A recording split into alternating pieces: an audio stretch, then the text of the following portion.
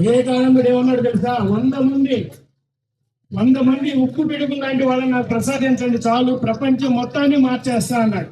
100 మంది. మీలో ఎంతమంది ఉన్నారు? ఇక్కడే ఒక